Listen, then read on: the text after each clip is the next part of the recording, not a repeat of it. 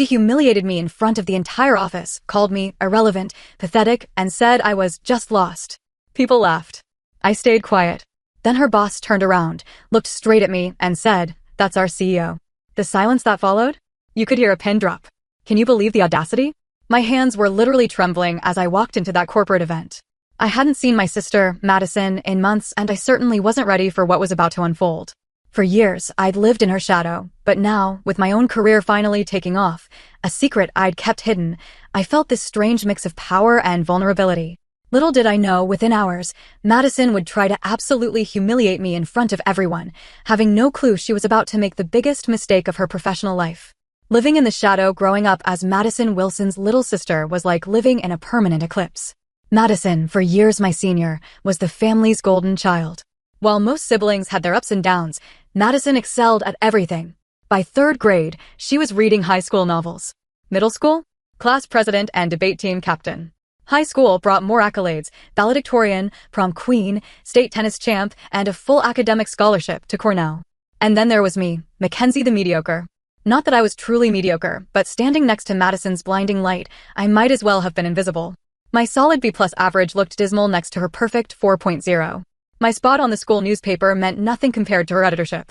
Even when I found my passion for computer programming and won a regional coding competition in 11th grade, my parents' response was lukewarm at best. "That's nice, honey," my mom said, barely looking up from the college brochures Madison had spread across the kitchen table. "But don't you think you should focus more on your regular studies? Look at the opportunities Madison has because of her grades." My parents never intentionally pitted us against each other, but they didn't have to. The constant comparisons happened naturally, and neither seemed to realize how their words affected me.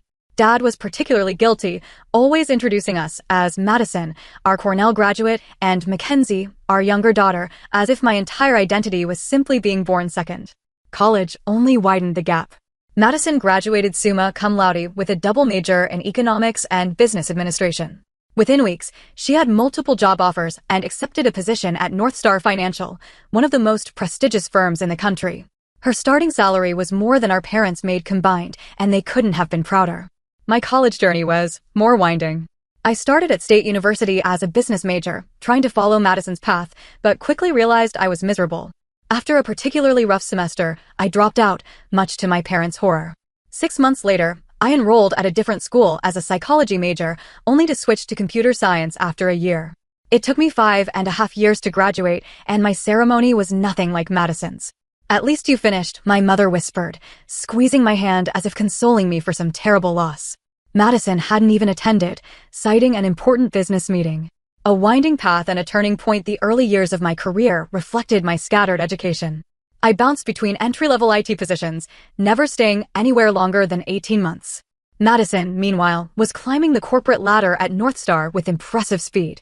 Each family gathering became an opportunity for her to highlight the contrast between us. So Mackenzie, still at that help desk job, she'd ask over Thanksgiving dinner, knowing full well I'd moved on months ago. "Actually, I'm working as a junior developer now," I'd respond, trying to inject enthusiasm into my voice. "Oh, that's right. Hard to keep track when you change jobs so often," she'd say with a laugh that our parents would echo, as if my career exploration was an amusing quirk rather than a genuine search for my place in the world. The turning point came when I met Harold Warner. Harold was in his 60s, a tech industry veteran who had seen the rise and fall of countless companies. I was helping him recover data from a corrupted hard drive at the small tech consulting firm where I was working at the time. Something about my approach impressed him. "You don't think like everyone else," he told me after I'd solved his problem using an unconventional method. "That's rare and valuable." That single comment, delivered casually while I was packing up my equipment, meant more to me than all the backhanded compliments my family had ever given me. Harold and I stayed in touch. He became a mentor, encouraging me to develop my ideas and trust my instincts.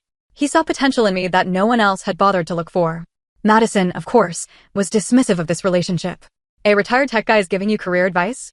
That's cute," she said when I mentioned Harold during a rare phone call. "But you know the tech industry is volatile, right? Not like finance." I just got another promotion, by the way, junior VP now. I congratulated her with genuine happiness, even as her words stung. That was our dynamic. Madison succeeded and made sure everyone knew it. I struggled and tried not to let her comments affect me. The secret projects and a life-changing offer. What Madison and my family didn't know was that I had been developing my own projects on the side for years. Nights and weekends were spent coding, creating prototypes for apps and systems that might never see the light of day, but which fulfilled me in ways no paycheck ever had. I'd shown some of these projects to Harold, who recognized their potential even when I doubted myself. "You've got something special here, Mackenzie," he'd say, eyes lighting up as I walked him through my latest creation. "Don't let anyone tell you otherwise." For once in my life, I believed I might be capable of more than living in Madison's shadow. I just needed the right opportunity to prove it, not just to my family, but to myself. The call from Harold came on a Tuesday evening as I was heating up leftover Chinese food in my modest one-bedroom apartment. At first, I thought he was just checking in, as he often did, but his voice carried an unusual urgency. "Mackenzie, I need to talk to you about an opportunity," he said without preamble. "Are you free for breakfast tomorrow?" The next morning, over coffee and omelets at his favorite diner, Harold laid out a proposition that would change my life. "I've been asked to consult for a company called Horizon Innovations," he explained. "They're a promising tech startup that's hit a rough patch. Their products are solid, but they're struggling to find their market. The board wants fresh perspectives." I nodded, wondering why he was telling me this. Harold's consulting gigs were frequent. This didn't seem different from his usual projects. "I want you to join me," he continued, sliding a folder across the table as my associate. I nearly choked on my coffee. "Me? But I'm not a consultant. I'm just a developer." Harold's eyes crinkled at the corners the way they did when he thought I was underestimating myself. "You're a problem solver with vision. That's exactly what Horizon needs right now." The position would require me to leave my current job, but the 3-month contract Harold offered paid better than my annual salary. Still, I hesitated. What if I fail? What if I can't help them? "Then you'll have learned something valuable and made good money doing it," he said simply. "But I don't think you'll fail." With that vote of confidence, I accepted. Stepping up at Horizon Innovations 2 weeks later, I walked into Horizon Innovations headquarters for the first time. The company occupied 3 floors of a glass-fronted building downtown, their logo, a stylized rising sun, emblazoned on the walls. Despite the optimistic imagery, the atmosphere inside was tense. Employees spoke in hushed tones, and empty desks suggested recent layoffs. Harold and I were introduced to the executive team, a group of mostly middle-aged men who regarded me with barely concealed skepticism. Only Lisa Sandoval, the head of product development, seemed genuinely pleased to see us. Later, she confided that Horizon had 6 months of runway left before they'd have to close their doors. "We've got amazing technology," she told me, showing me through their product lab, "but we're burning cash and our market strategy isn't working." For the first few weeks, I observed and listened. I sat in on meetings, reviewed financial projections, and familiarized myself with their product line. Nights and weekends were no longer devoted to my personal projects, but to Horizon. I pored over market research, customer feedback, and competitor analyses until my eyes burned. What I discovered both excited and alarmed me. Horizon had developed a revolutionary data processing system that could transform how businesses handled information, but they were marketing it all wrong. Targeting large corporations with lengthy sales cycles instead of the mid-sized businesses that could implement it more quickly. I developed a comprehensive proposal: pivot their market focus, adjust their pricing model, and repackage their core technology as a scalable solution that could grow with their clients. It was risky, essentially suggesting they abandon their current strategy entirely, but the numbers supported my conclusion. The night before I was to present to the board, I called Harold in a panic. "I can't do this," I told him. "They're not going to listen to me. I'm nobody." "You're not nobody," Harold replied firmly. "You're the person who might save their company. Remember that." The board meeting and a promotion. The board meeting was as intimidating as I'd feared. 8 serious faces stared back at me as I walked them through my analysis and recommendations. When I finished, silence filled the room. "This is ambitious," the chairman finally said, his tone making it clear that ambitious wasn't a compliment. "It's also our best chance," Harold countered. "I've been in this industry for 40 years, and I'm telling you, Mackenzie's approach is sound." The debate lasted hours. Some board members were intrigued by my proposal, others dismissed it outright. In the end, they agreed to a compromise. I would lead a small team to implement my strategy with a limited product line. If it showed results within 2 months, they'd consider a full pivot. Those 2 months were the most intense of my professional life. I worked 16-hour days, collaborating with Lisa and a handful of dedicated employees who believed in the new direction. We rebuilt marketing materials, retrained sales staff, and personally reached out to potential clients in our new target market. The results came faster than anyone expected. By the 6-week mark, we'd closed more new business than Horizon had seen in the previous 6 months. By the end of the trial period, revenue had increased by 40%, and the company had a clear path to profitability. The board was impressed enough to fully implement my strategy and offered me a permanent position as Chief Strategy Officer. I accepted, simultaneously thrilled and terrified by the responsibility. What happened next, though, I never could have anticipated. 3 months into my new role, Harold announced he was stepping down from his position as interim CEO, which he'd taken on during the crisis period. The company's stable now, he told me privately. It needs someone with vision to lead it forward. Who are they bringing in? I asked, already dreading working under a new CEO who might dismantle everything we'd built. Harold smiled that knowing smile of his. They're not bringing anyone in. They're promoting from within. He placed his hands on my shoulders. They're asking you, Mackenzie. I laughed, certain he was joking, but Harold's expression remained serious. Me? But I've only been here for 5 months. And in those 5 months, you've saved the company and positioned it for growth, he countered. The board unanimously agreed. They want you to lead Horizon into its next chapter. The private ceremony where I accepted the position was small, just the board members, Harold, and a few key executives. As the chairman handed me a small golden pin with a Horizon logo, he said something I'll never forget.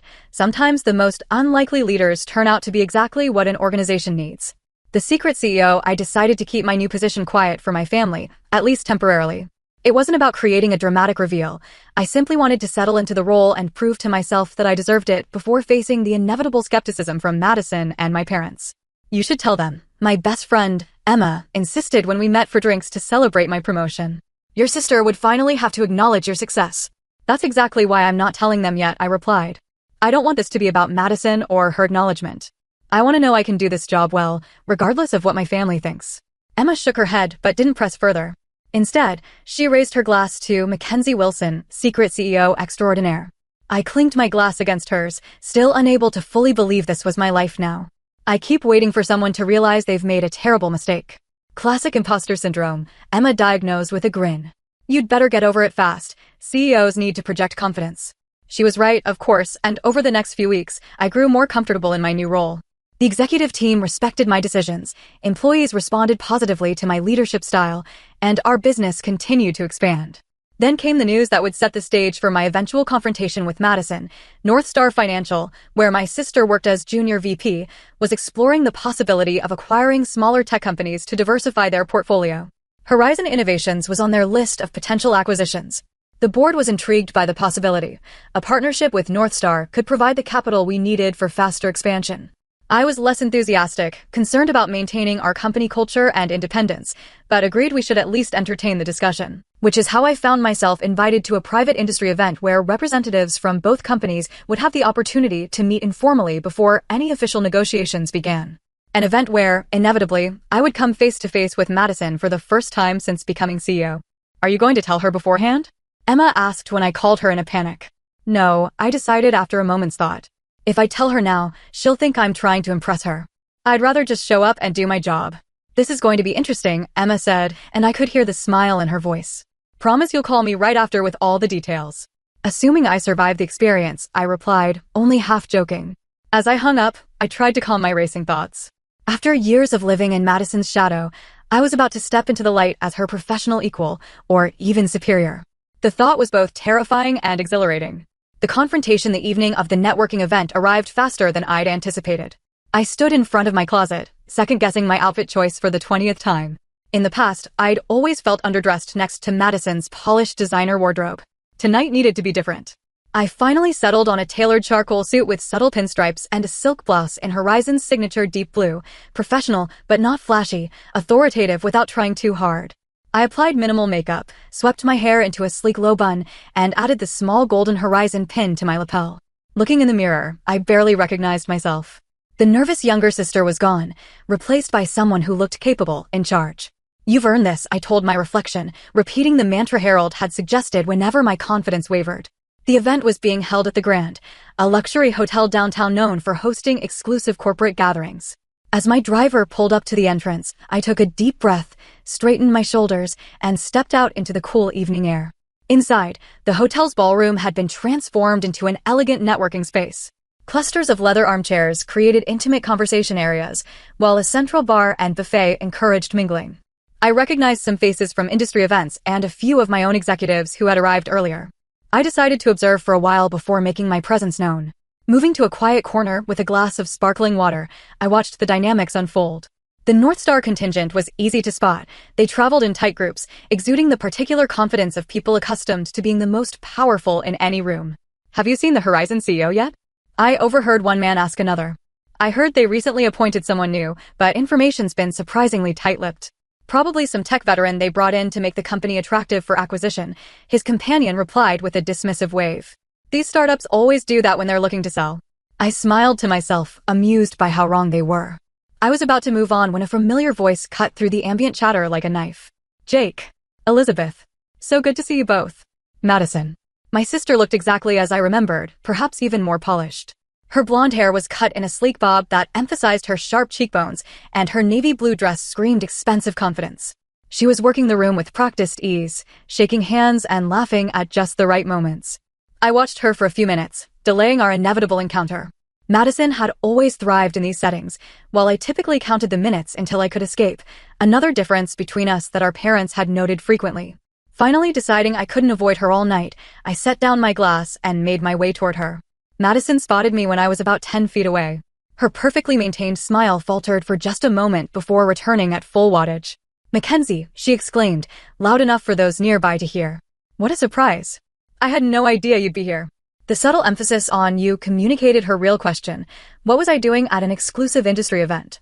"Madison," I replied, keeping my voice even as I leaned in for the obligatory air kiss. "It's been a while." "Too long," she agreed insincerely. "Let me introduce you. This is Lawrence Fletcher, my boss and senior VP at North Star. Lawrence, this is my baby sister, Mackenzie."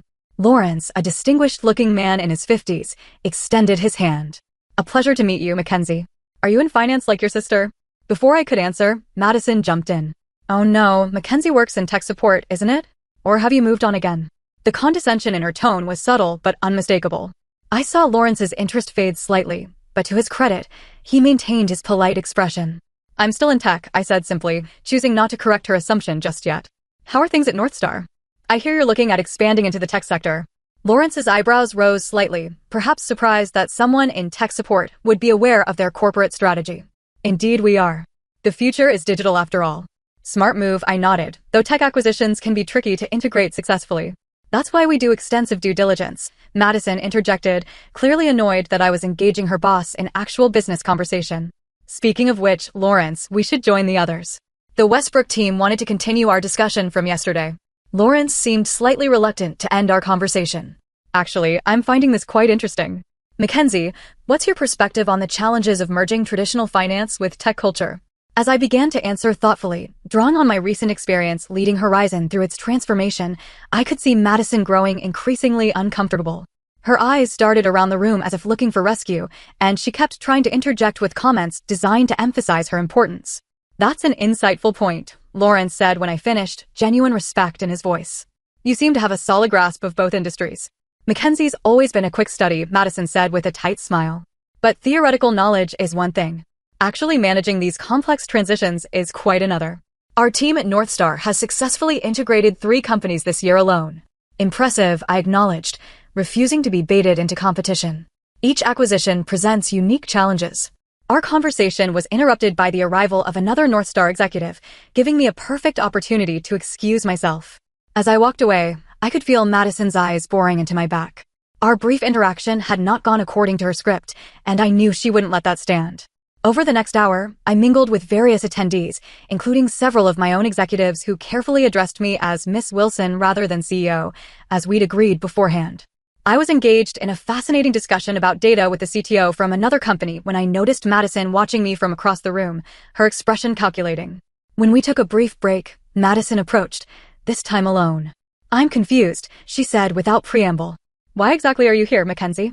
"This is a closed industry event for executives and decision-makers." The implication was clear. I didn't qualify as either. "I was invited," I replied simply. "By whom?" she pressed. "Does it matter?" Madison's smile tightened. "I'm just concerned. These events have a certain professional standard. If you're here as someone's +1 or something, it might reflect poorly." The irony of her concern was almost amusing. "Thank you for worrying about me, but I assure you, I have every right to be here." "If you say so," she said doubtfully. "Just try not to embarrass yourself, okay? These people are at the top of their field." With that parting shot, she glided away to rejoin her colleagues, leaving me simultaneously angry and determined to maintain my composure. This was exactly why I hadn't told my family about my promotion, Madison's inability to see me as anything but her less successful little sister. As the evening progressed, I found myself genuinely enjoying conversations with industry leaders who had no preconceived notions about me. When I spoke, they listened. When I offered opinions, they considered them thoughtfully. It was a novel experience to be taken seriously without having to overcome the Madison sister hurdle first. I was so engaged in a discussion about emerging markets that I almost missed the subtle shift in the room's energy. Glancing up, I noticed a small crowd had gathered around Madison, who was gesturing animatedly. Something about her posture set off warning bells in my mind.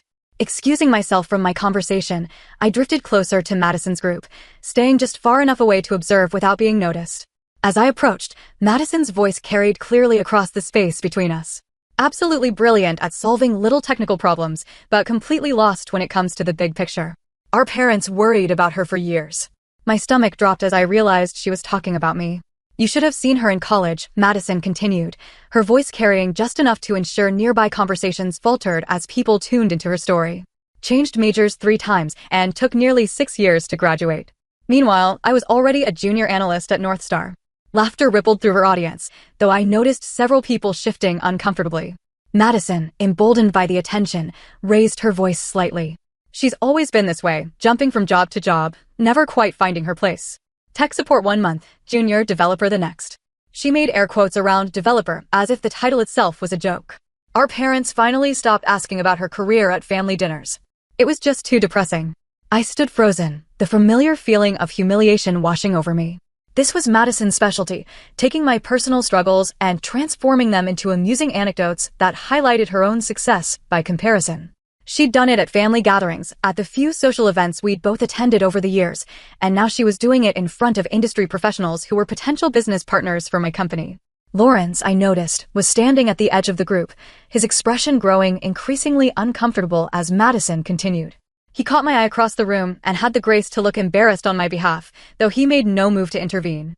The funny thing is, Madison was saying now she's actually here tonight.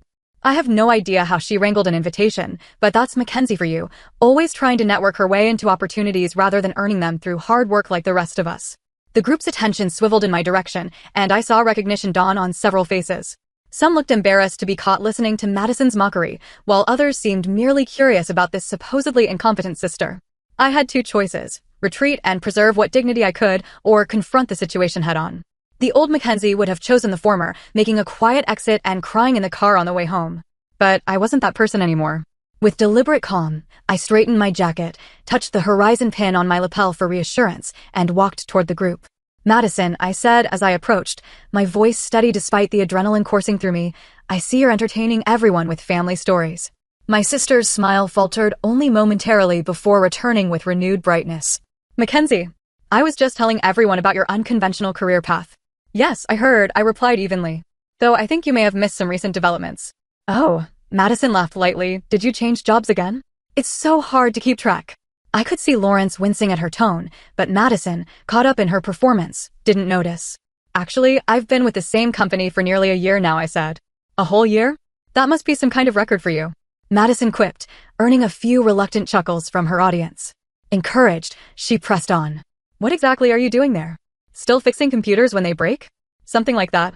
I answered vaguely, unwilling to reveal my position just yet. I wanted to see how far Madison would go. I didn't have to wait long. Let me guess, Madison said, her voice taking on a sharper edge. You're here tonight hoping to make some connections, maybe find your next job when this one inevitably doesn't work out? That's always been your pattern, hasn't it? Drifting from one thing to the next, never quite measuring up. The room had grown quieter, more people tuning into our exchange. I remained silent, letting Madison dig herself deeper. It must be exhausting, she continued, constantly trying to reinvent yourself. Always the irrelevant little sister, always playing catch-up.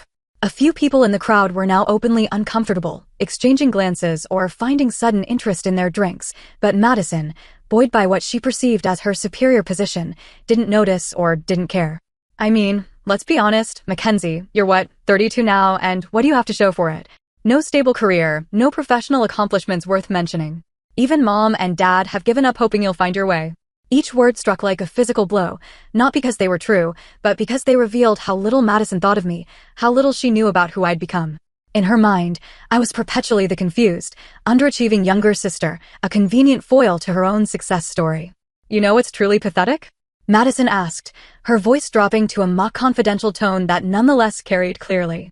You showing up at an event like this, surrounded by actual executives and decision-makers, pretending you belong. She gestured expansively. These people run companies, Mackenzie. They shape industries.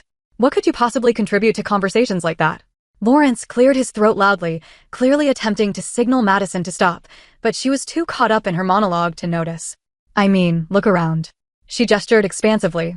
Everyone here has earned their place through hard work and talent. They're not lost souls hoping to network their way into relevance.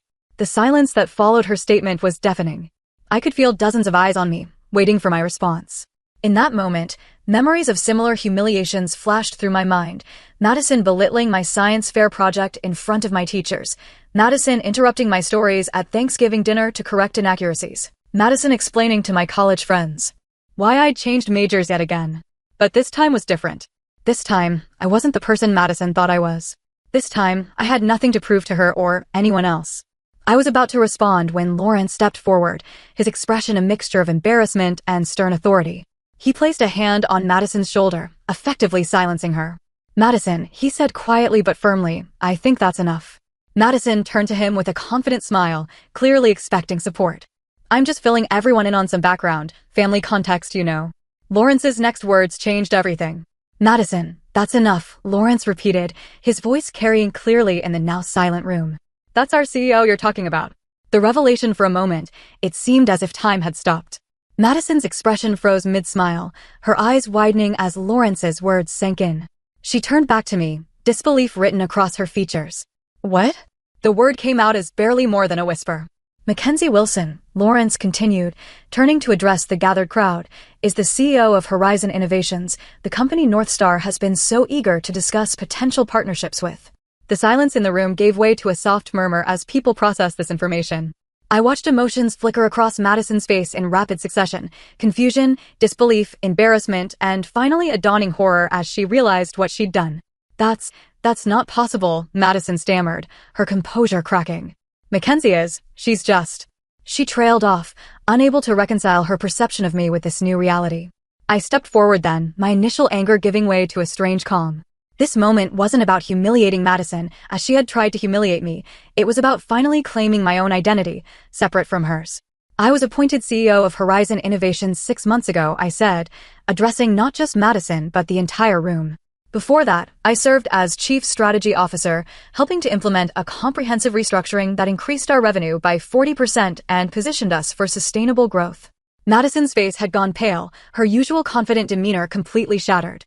She opened her mouth as if to speak, then closed it again, seemingly at a loss for words. Lawrence, to his credit, attempted to smooth over the awkward situation. Ms. Wilson has been instrumental in transforming Horizon into exactly the kind of innovative, agile company North Star is interested in partnering with, he said, giving Madison a pointed look that clearly communicated she had made a grave professional error.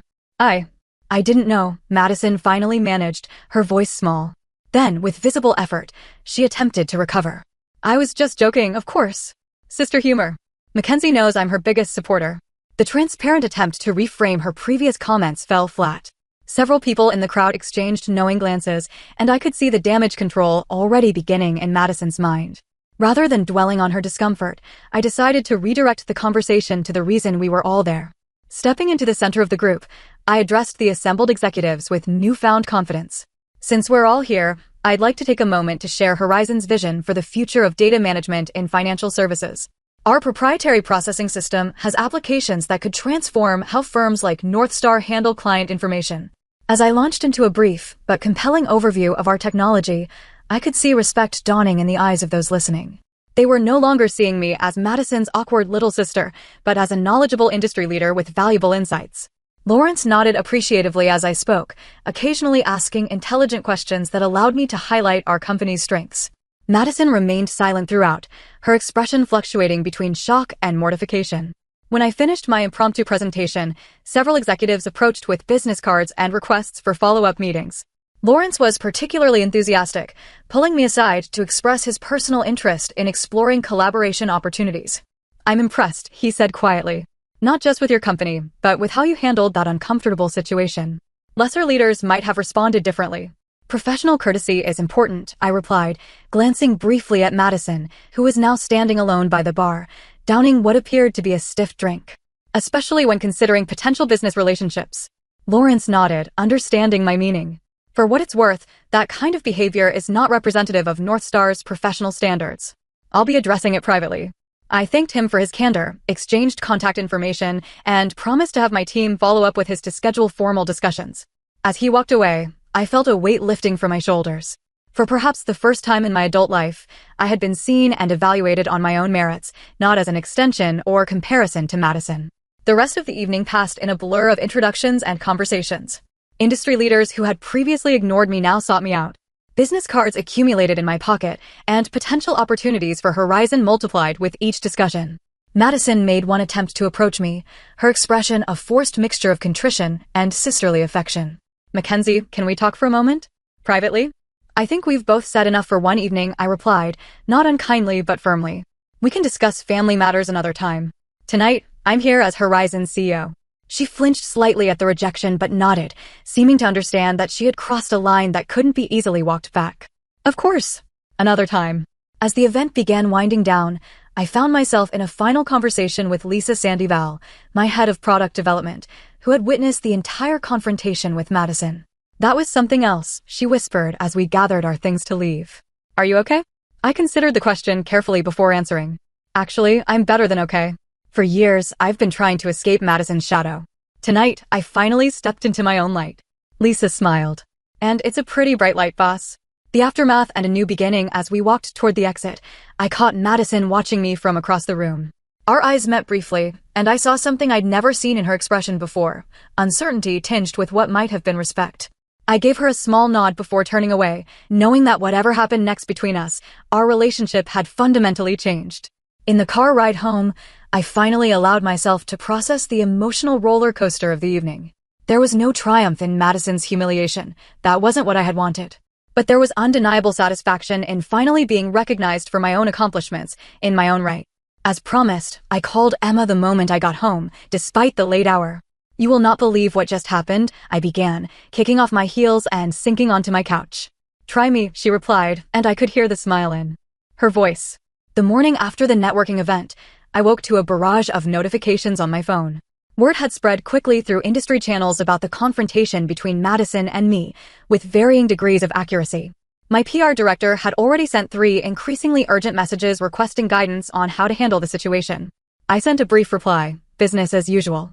No comments on personal matters. The last thing I wanted was to fuel gossip or create the impression that I defined myself in opposition to my sister. Horizon's success and my leadership would speak for themselves without needing to address family drama. As I was getting ready for work, my phone rang. Madison's name flashed on the screen. I hesitated before answering, unsure if I was ready for this conversation. Hello, Madison, I said, keeping my voice neutral. Mackenzie. She sounded different, subdued, uncertain. I think we need to talk about last night. I agree, I replied, sitting on the edge of my bed. That wasn't how I wanted you to find out. A pause, then, why didn't you tell me? Or Mom and Dad. 6 months as a CEO, and you didn't think to mention it to your family. The accusatory tone was creeping back into her voice, but underlying it was genuine hurt. For the first time, I considered how my secrecy must have looked from her perspective. I needed time, I explained. Time to grow into the role, to prove to myself that I deserved it. And honestly, Madison, would you have believed me if I told you? Another silence, longer this time. I don't know, she finally admitted. It's not what I expected from you. That's part of the problem, I said gently. You've had a very fixed idea of who I am for a long time. We both have. I heard her exhale slowly. Lawrence called me into his office first thing this morning. He was not happy about how I represented North Star last night. I'm sorry about that, I said, and meant it. Whatever our personal issues, I never wanted to jeopardize Madison's career. Don't be, she replied with a short, humorless laugh. I deserved it. He said I demonstrated poor judgment and unprofessional behavior. He's removing me from the Horizon acquisition team. This news surprised me. Madison, I can call him, explained that it was a personal.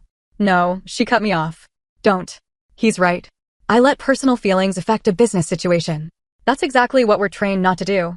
Besides, it would be a conflict of interest now, given our relationship. The word relationship hung between us. For so long, our relationship had been defined by competition and comparison. Could we build something different now? Mom and Dad called, Madison continued. Someone they know was at the event and told them what happened. They want us both to come to dinner this weekend to talk. I grimaced, imagining the awkwardness of that conversation. Are you going? I think we should, Madison said, surprising me again. They deserve to hear about your success directly from you, not through the grapevine. I agreed, and we made tentative plans to meet at our parents' house on Sunday. As we were about to hang up, Madison added, "For what it's worth, Mackenzie, what you've accomplished is impressive." I shouldn't have needed Lawrence to tell me that for it to register. It wasn't quite an apology, but from Madison, it was significant. "Thank you," I replied. "That means a lot." The call ended, leaving me with mixed feelings. The conversation had gone better than expected, but years of complicated history couldn't be resolved in one phone call. At least it was a start. At the office, I found my team buzzing with energy. News of our potential partnership with North Star had everyone excited about Horizon's future prospects. Lisa caught me in the hallway on my way to my office. "We've already received calls from 2 other financial institutions interested in our technology," she reported excitedly. "Your presentation last night made quite an impression." "Good," I smiled. "Set up meetings with both. And Lisa, thank you for your support last night. It meant a lot." She squeezed my arm gently. "That's what teams do. We have your back." Later that morning, I received an email from Lawrence Fletcher requesting a private meeting to discuss the partnership potential between our companies. His message made no mention of Madison or the previous night's events, maintaining strictly professional language. I appreciated his discretion. I was responding to his email when Harold called. "I hear you had quite an evening," he said without preamble. "News travels fast," I sighed. It wasn't how I planned to reveal my position to my sister.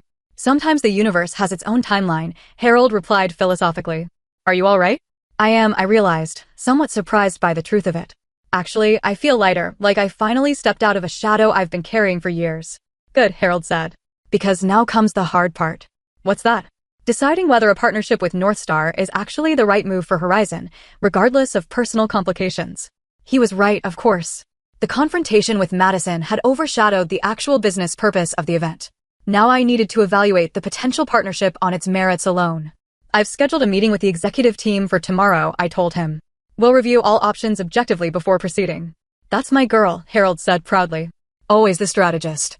After we hung up, I spent the afternoon reviewing our company financials and growth projections. By evening, I had a clearer picture of what Horizon needed from any potential partnership and what we could offer in return. Sunday arrived more quickly than I would have liked. I found myself sitting in my car outside my parents' suburban home, gathering courage to go inside. Madison's sleek black Mercedes was already in the driveway. The family dinner was initially as awkward as I'd feared. My mother fussed nervously with the food, while my father alternated between uncomfortable silence and forced cheerfulness. Madison was subdued, offering polite comments about the meal, but avoiding any substantial conversation.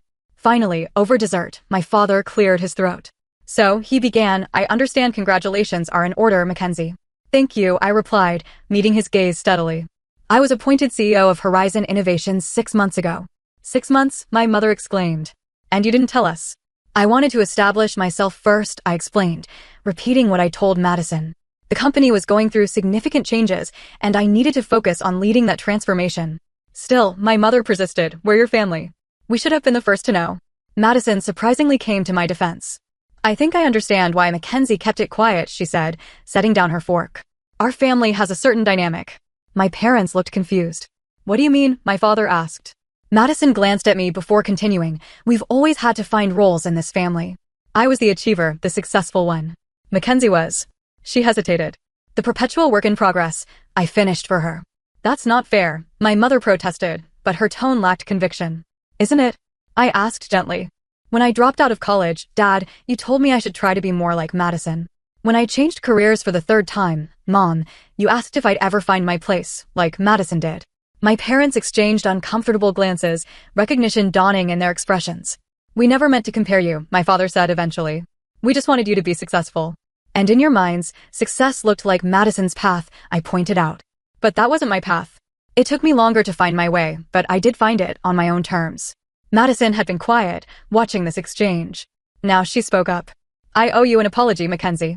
Multiple apologies, actually. I've been unkind, competitive in ways that weren't healthy for either of us." The admission clearly cost her, and I appreciated her willingness to make it in front of our parents. "I wasn't blameless either," I acknowledged. "I resented your success instead of finding my own definition of it." My mother wiped away tears. "I had no idea you felt this way, either of you. We never wanted to create this competition between you." It wasn't intentional, I assured her, but it was real. And now we have a chance to change it. The conversation that followed was one of the most honest our family had ever had. My parents expressed genuine interest in my work at Horizon, asking thoughtful questions about my leadership approach and vision for the company. Madison shared some of her own insecurities, how her rapid rise at Northstar had created intense pressure to maintain a perfect image, contributing to her competitive behavior. By the time we left that evening, something had shifted in our family dynamic. It wasn't perfect, and years of established patterns wouldn't change overnight, but we had made a start. In the driveway, Madison stopped me before I got into my car. I meant what I said in there. I am sorry for how I've treated you, especially at the networking event.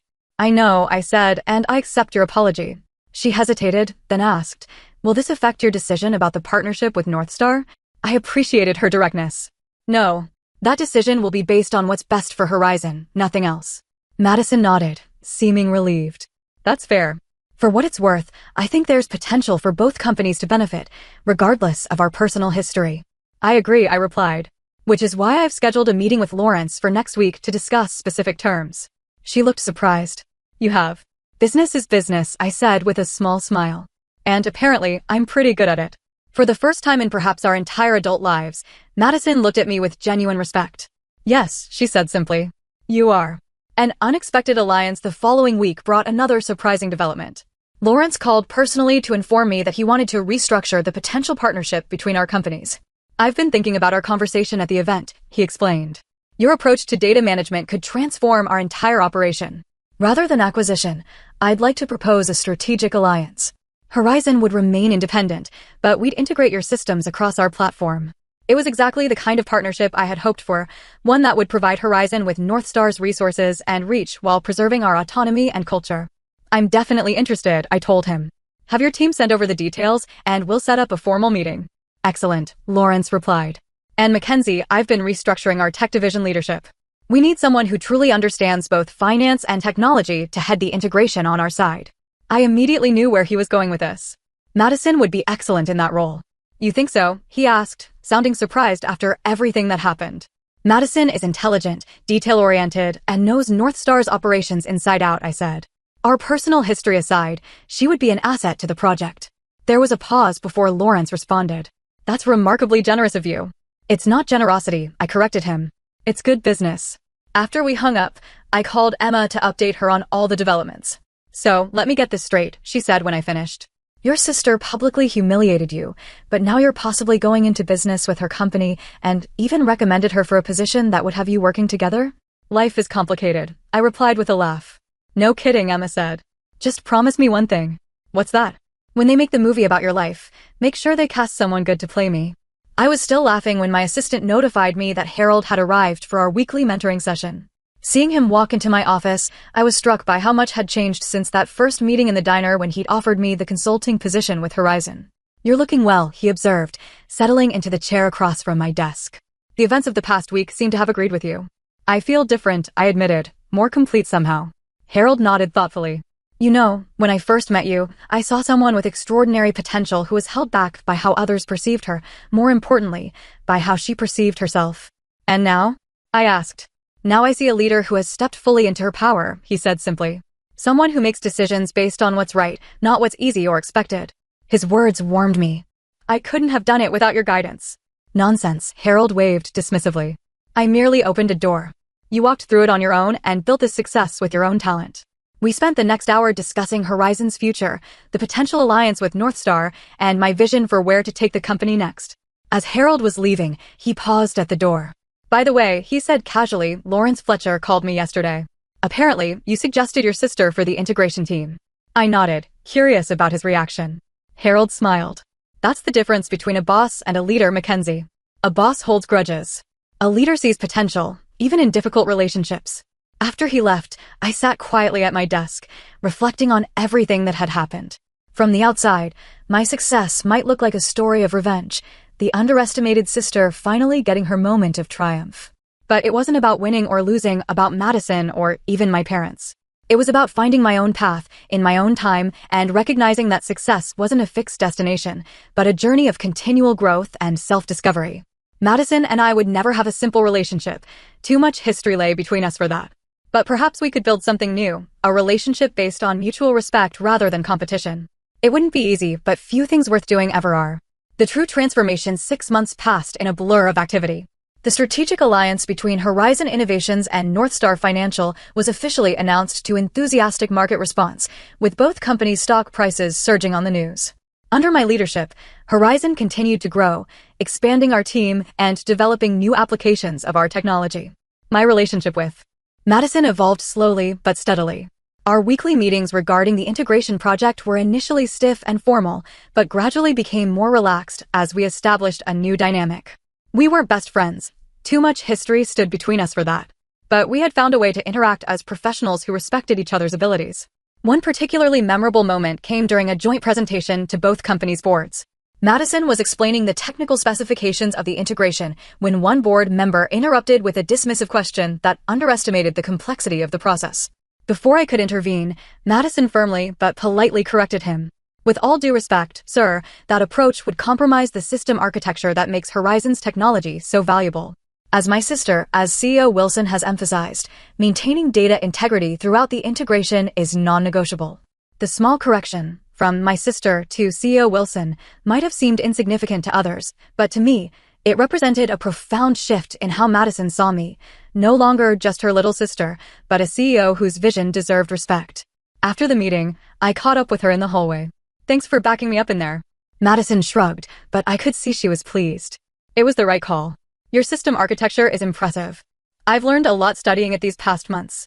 Coming from Madison, this simple acknowledgement meant more than effusive praise from anyone else.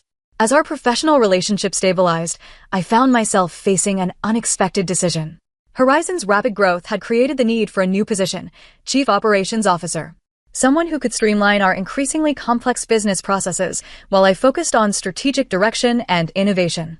Lisa Sandoval, my head of product development, was an obvious candidate. She had been with me since the beginning of Horizon's transformation and understood our company culture intimately. But as I reviewed potential candidates, another name kept surfacing in my thoughts: Madison. The idea seemed absurd at first. Working with Madison on a limited integration project was one thing, bringing her into Horizon's leadership team was quite another. Yet, I couldn't deny that her skills were exactly what we needed. She was organized, detail-oriented, and had extensive experience managing complex operations. I discussed the possibility with Harold during one of our regular mentoring sessions. Are you considering Madison because she's qualified or because you want to prove something? He asked bluntly. It was a fair question that forced me to examine my motivations. After careful reflection, I concluded that while our history complicated things, Madison truly was the best person for the job. The question isn't whether she's qualified, I told Harold. It's whether we can work together effectively given our past. And what do you think? He prompted. I think we've both grown, I replied slowly. The past 6 months have shown that. But ultimately, it's her decision. I invited Madison to lunch the following week at a neutral location, a quiet restaurant midway between our offices. After catching up on the integration progress, I took a deep breath and made my proposition. I'd like you to consider joining Horizon as our Chief Operations Officer, I said, sliding a formal offer letter across the table. Madison's shock was evident. You're offering me a job, working directly under you? Yes, I confirmed. The integration project has shown me that your operational skills are exactly what Horizon needs at this stage of our growth. You'd have considerable autonomy, of course, but yes, ultimately you would report to me as CEO. Madison stared at the offer letter without touching it. Why? She asked finally. After everything that's happened between us, why would you want me on your team? Because you're the best person for the job, I answered honestly. And because I think we've proven we can work together effectively when we both focus on common goals rather than old rivalries. She was quiet for a long moment. What about Northstar? I've built my career there. I've already spoken with Lawrence, I admitted. He doesn't want to lose you, but he understands this is a significant opportunity. He's offered to keep a board position open for you if you decide to make the move. Madison finally picked up the offer letter, scanning the details. This is generous. It's market rate for your experience and the scope of the position, I said. Nothing more, nothing less. I'd need time to think about it, she said, folding the letter carefully. Of course. Take all the time you need. We finished lunch discussing lighter topics, but I could see Madison's mind working, weighing possibilities and implications. 3 days later, she called to accept the position. Madison's integration into Horizon's culture wasn't seamless. Some employees were wary, having heard rumors about our confrontation at the networking event. Others questioned whether her appointment was due to nepotism rather than merit. Madison faced these challenges with more grace than I might have expected, working diligently to prove her value through actions rather than words. For my part, I made it clear to the entire organization that Madison had been hired for her skills, not her relationship to me. I established transparent boundaries and expectations, ensuring that our professional interactions were visible and accountable to the executive team. Slowly but surely, the awkwardness faded. Madison's operational expertise began to show results as our processes became more efficient and scalable. Team members who had initially been skeptical came to appreciate her attention to detail and commitment to excellence. Our parents were thrilled by this development, naturally interpreting it as a sign that all family tensions were resolved. The reality was more nuanced. Madison and I were building a new relationship based on professional respect, but the personal wounds of our childhood rivalry couldn't be healed overnight. The breakthrough in our personal relationship came unexpectedly during a late night at the office. We were both working on quarterly projections, the rest of the building silent and empty around us. I brought coffee to Madison's office, finding her surrounded by spreadsheets and looking uncharacteristically frazzled. "I don't know how you do this," she admitted, accepting the coffee gratefully. "Lead an entire company, I mean. The responsibility is overwhelming." It was perhaps the first time Madison had ever acknowledged finding anything difficult. The vulnerability in her admission opened a door between us. I was terrified when I first started, I confessed, sitting across from her. I used to wake up at 3 in the morning, convinced I was going to run the company into the ground. Madison looked surprised. "You seemed so confident." "That was the act," I smiled. "Fake it till you make it. Right?" "I've been faking it my whole life," Madison said quietly, staring into her coffee. "Everyone always thought I had it all figured out, that success came easily to me. No one saw the pressure, the fear of failing, of not living up to expectations." "I did," I said. "But I misinterpreted it. I thought you were just perfect. I never considered you might be struggling too, in your own way." Madison's eyes met mine, a lifetime of misunderstanding passing between us. "We never really knew each other, did we?" "Not as adults," I replied. "Maybe it's not too late to start." That conversation marked a turning point. We began having regular dinners outside of work, carefully navigating the transition from colleagues to something resembling friends. We discovered shared interests we'd never known about and laughed over childhood memories that looked different from adult perspectives. Our parents noticed the change during family gatherings, commenting on how wonderful it was to see us finally getting along. What they didn't understand was that we weren't simply papering over old conflicts. We were building something entirely new from the ground up. At Horizon, I implemented changes to our company culture that were directly informed by my experience of being underestimated. We created mentorship programs that paired senior executives with promising employees from diverse backgrounds. Our hiring practices were restructured to value varied career paths rather than traditional metrics of success. I made it a point to highlight that innovation often comes from unexpected places and people. These initiatives weren't just about my personal philosophy. They made good business sense.